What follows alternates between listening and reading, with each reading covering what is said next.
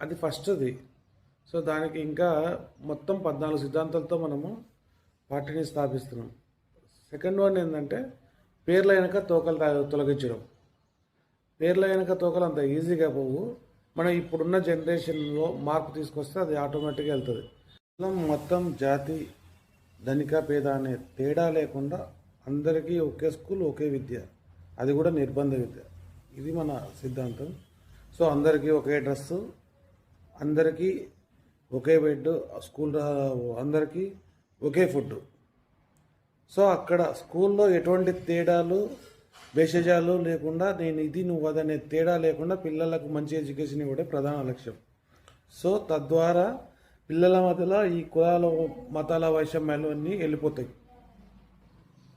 ఉద్యోగం వచ్చేంత వరకు చదువు అంతా గవర్నమెంటే చూసుకుంటుంది, ఫ్రీ ఆఫ్ కాస్ట్లో అందరికీ. ప్రైవేట్ స్కూళ్ళను మించి సదుపాయాలు గవర్నమెంట్ స్కూల్లో కల్పించి అందరికీ ఉచిత విద్య ఇచ్చే విధంగా మన సిద్ధాంతంలో అది ఒకటి ఉంది.